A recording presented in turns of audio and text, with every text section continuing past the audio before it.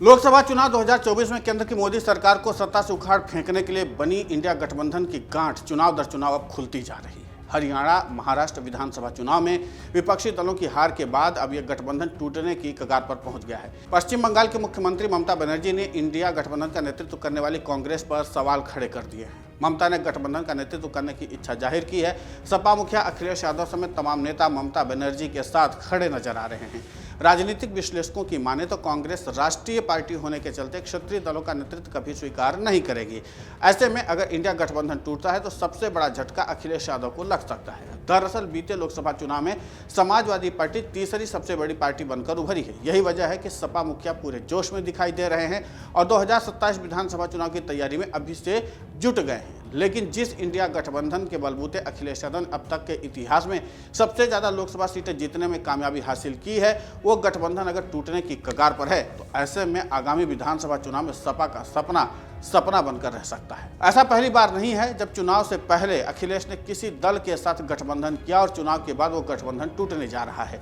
इससे पहले 2017 विधानसभा चुनाव में सपा का कांग्रेस से गठबंधन हुआ था, लेकिन चुनाव बाद यूपी के 2 लड़कों की जोड़ी अलग हो गई थी।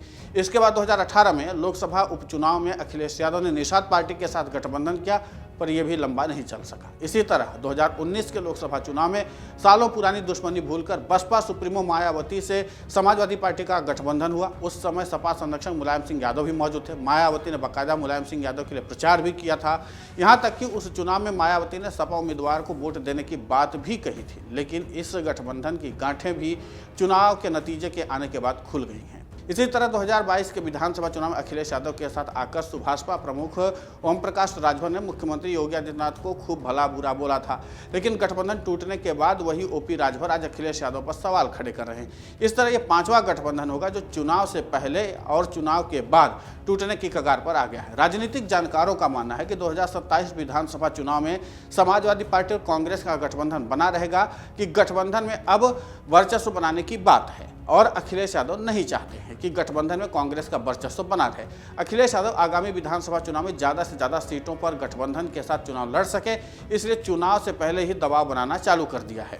सपा चाहती है कि वो अपनी मर्जी से जो सीटें दे दें, कांग्रेस उसी को स्वीकार कर ले। अगर गठबंधन टूटता है तो सभी नेताओं का फेलियर है, किसी एक नेता को दोष नहीं दिया जा सकता है।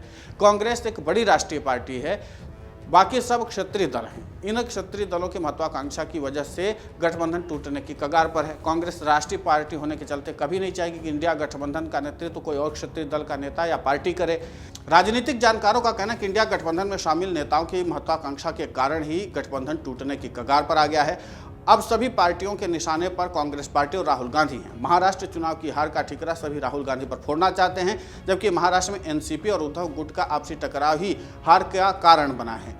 चुनाव से पहले राहुल गांधी का कोई लेना देना नहीं था। अब इंडिया गठबंधन का नेतृत्व करने वाली कांग्रेस पार्टी के नेतृत्व को ही तोड़ने की कोशिश की जा रही है। यह सब कुछ बीजेपी के इशारे पर हो रहा है क्या?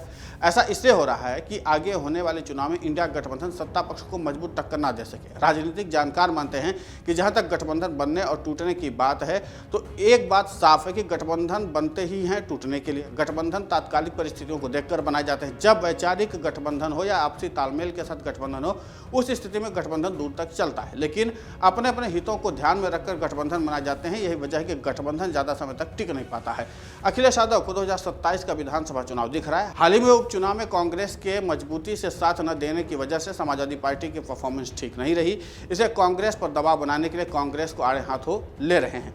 लेकिन सवाल यह कि जिस तरीके से अखिलेश यादव लगातार अपने गठबंधन के साथ ही बदल रहे हैं, लेकिन सबसे ज्यादा ये इंडिया गठबंधन के साथ जब अखिलेश यादव रहे तब उनको लाभ हुआ। अब अखिलेश यादव नया कौन सा सियासी दांव चलेंगे और राहुल गांधी कौन सा पैंतरा आजमाएंगे, ये बात देखने लायक होगी। अगर आप ये वीडियो YouTube पर देख रहे हैं तो हमारे चैनल को सब्सक्राइब कर बेल आइकन दबाएं और Facebook पर देख रहे हैं तो हमारे पेज को लाइक करें। 8 मिलियन प्लस सब्सक्राइबर, आपके इस भरोसे के लिए बहुत धन्यवाद।